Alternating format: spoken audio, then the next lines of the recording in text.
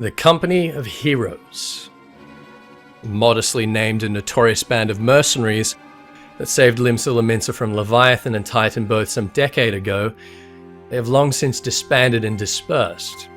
But the thalassocracy has broken their pact with the kobolds, encroaching upon their lands beneath Ogomero. The beastmen began amassing a vast hoard of crystals to call forth their god in defense, and it fell to we the Scions to intervene. Yet we agreed unanimously that it would be folly to confront this Titan without first taking counsel from the old heroes whom alone had bested him. Commander Riki of the Maelstrom had heard that one of the retired mercenaries was grinding out his days at the Grey Fleet Mills, and this scattered Traktum does nothing to combat the stereotype of the Rogadan simpleton, even if his dress sense is impeccable.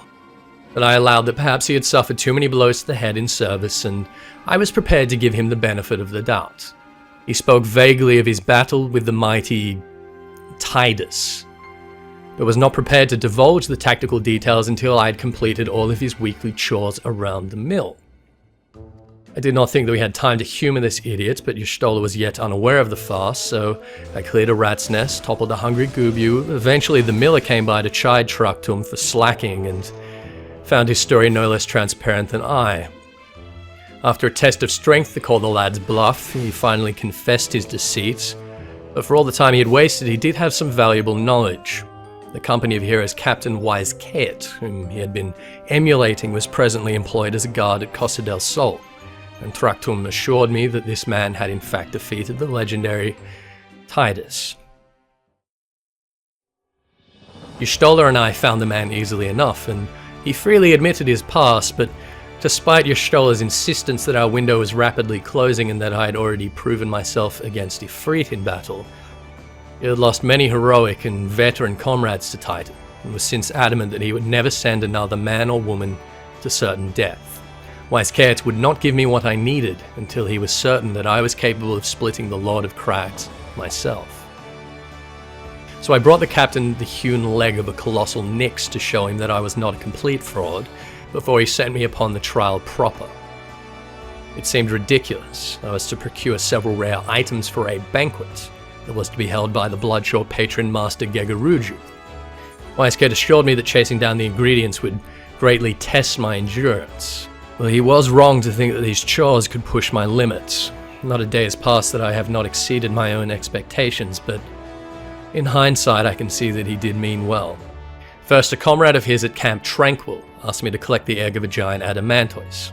I had to distract the local whaler sentries before I could even approach, so I forced the patrol south by luring agaric flies towards the lower paths before approaching the nest and slaying the massive adamantoise that came to defend it. After delivering the egg to Landonel, he sent me south to the forgotten springs of the Sagoli Desert and the next item on my grocery list. This unlikely settlement and her hardy peoples have survived for centuries on the traditional hunter lifestyle of the Miqo'te keepers, and the harsh Sagoli made proud warriors of them all. Their chief, Uod Nun, another companion of WiseKat, was not going to take me at my reputation. He was content, however, for me to display my own skills at the hunt, and would see whether my cunning could rival that of his own Children of the Sands. So I brought him drakes, I brought him the trophy of a powerful Amarjal veteran, and finally he told me of the true prize, the meat of an elusive and deadly Welwick worm. I lured and butchered the beast and found myself the envy of his own hunters, as Uod Nun sent me back to Costa del Sol to discern from WiseKat the nature of the third ingredient. Brayflock's Alltalks, former quartermaster of the company, had failed to make her delivery, and WiseKat presumed there to be some serious trouble at her long stop in Raincatcher Gully. Brayflox was expecting an uplander to come for her tasty, fresh gobby treats. But the notorious gobby cheese was now guarded by a new resident of the long stop, a terrible, flighty beast, a dragon. I had never before faced a worm in the flesh, and so I proceeded with caution and with a party of my comrades from the Adventurers Guild. But none of us could guess what would drive a solitary dragon so far south of Oblathia. A host of drakes had gathered to it, and between these and the native jungle beasts, we had our hands full rescuing Brayflox's stubborn fellows from the various corners they had backed themselves into. Our goblin guide was herself no small burden to our progress, but I had not the heart to curb her fiery spirit. The dragon noticed our progress and feigned an ambush before we repelled it further up the valley, so we dragged Brayflox through, incredibly still alive, to the deep cliffside cavern where the beast had made its home upon the bones of its prey. And for just a moment I caught the madness of this whole ordeal. I was charging at the maw of an acid-spewing dragon for stakes no higher than a wheel of cheese. The goblins arrived with a flourish just as the dragon fell to give us their generous support, and Brayflox paid us handsomely in hard mouldy cheese that smelled like a dead morble's genitals. WiseKat was reluctantly willing to relieve me of the package, but still not ready to release me from his service that I might deal with the steadily escalating threat for which a bottle of wine could evidently not wait. So to Wineport and a tough old Lullafell who had lost his sight in service with the company. Shamani Lamani did not believe his stock to be sufficient for the occasion, and his neighbour Buglaint, the so-called wine baron of Limsa, was unwilling to sell even his worst stock to a common adventurer or the hack vintner he thought Lamani to be. My new spud friend despaired the loss of a perfectly bred grapevine which had produced the legendary Bacchus vintages, once abundant but all destroyed by the calamity. So moving was the taste of this wine that it had once roused Lamani from the deep depression he had fallen into after losing his eye in battle with Titan, and inspired his new lease on life in the wine trade. Believing that there were perhaps a few priceless bottles left in circulation, his plan was to find someone who owned one and offer them a fortune in gill. The residents of Wineport couldn't offer any leads, but Lamani wasn't ready to give up and vowed to find a suitable replacement. In the meantime, he bid me visit a local hermit whom had rescued him from self-annihilation some 2 years ago and first offered him a taste of this dream.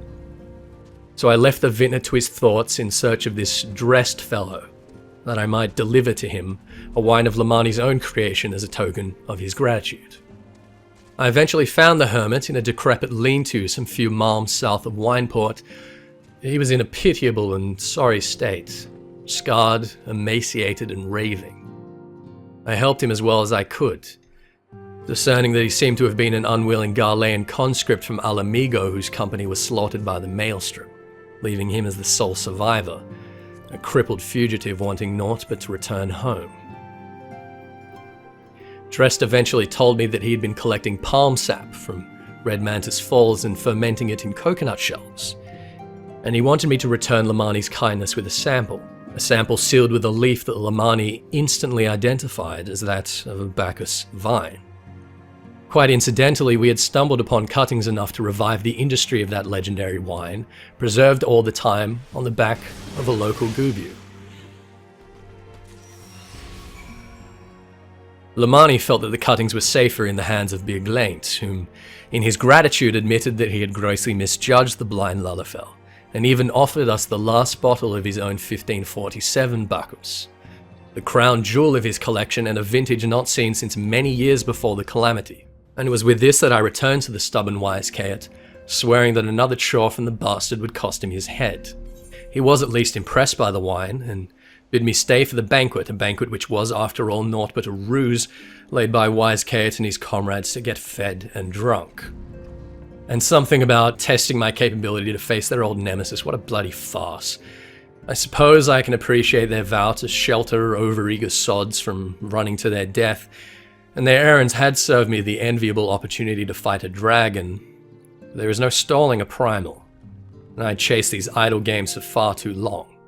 I sampled the undeniable talents of Gegaruju's chef, having prepared the fruit of my own labor, and shortly excused myself from the festivities to find the man that might lead me into the depths of Ogomero. I have heard that the tunnels of Ogomero is an anthill, ever-changing and compounded with the danger of a myriad of traps. For the company of heroes to ever attempt to navigate them would surely have been suicide. Their secret approach was simple enough. Riol directed me from Bronze Lake towards an aetherite in Zelma's Run, which they had discovered to be connected to the edge of a network which the kobolds used to navigate the depths. Although one cannot ordinarily travel to an aetherite to which they have not previously attuned, Y'shtola believed that she could compensate and deliver us directly to the heart of the labyrinth. My guild allies were sharp and anxious to proceed, and so we cast ourselves into the mountain. Volcanic steam gathered and swirled beyond the dull glow of a pile of crystals. The distant kobolds chattered and spat at us in rage and contempt. They bowed as one, a beating heart of ether flashed before us, and the mountain trembled. Boulders gathered and split, showering us with rock as the hulking Titan leered down at us, swearing vengeance for the crimes of the Maelstrom. He cared not to temper us. This Titan would only be satisfied with casting our broken corpses into the abyss. But I saw little difference between this boulder and those I split daily in training.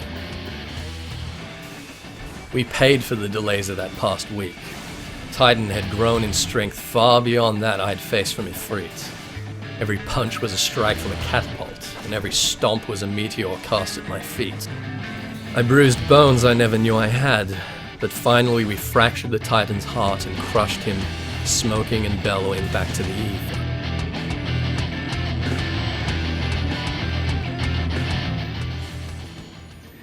The kobold scattered and panicked as I spied what had survived of this creature.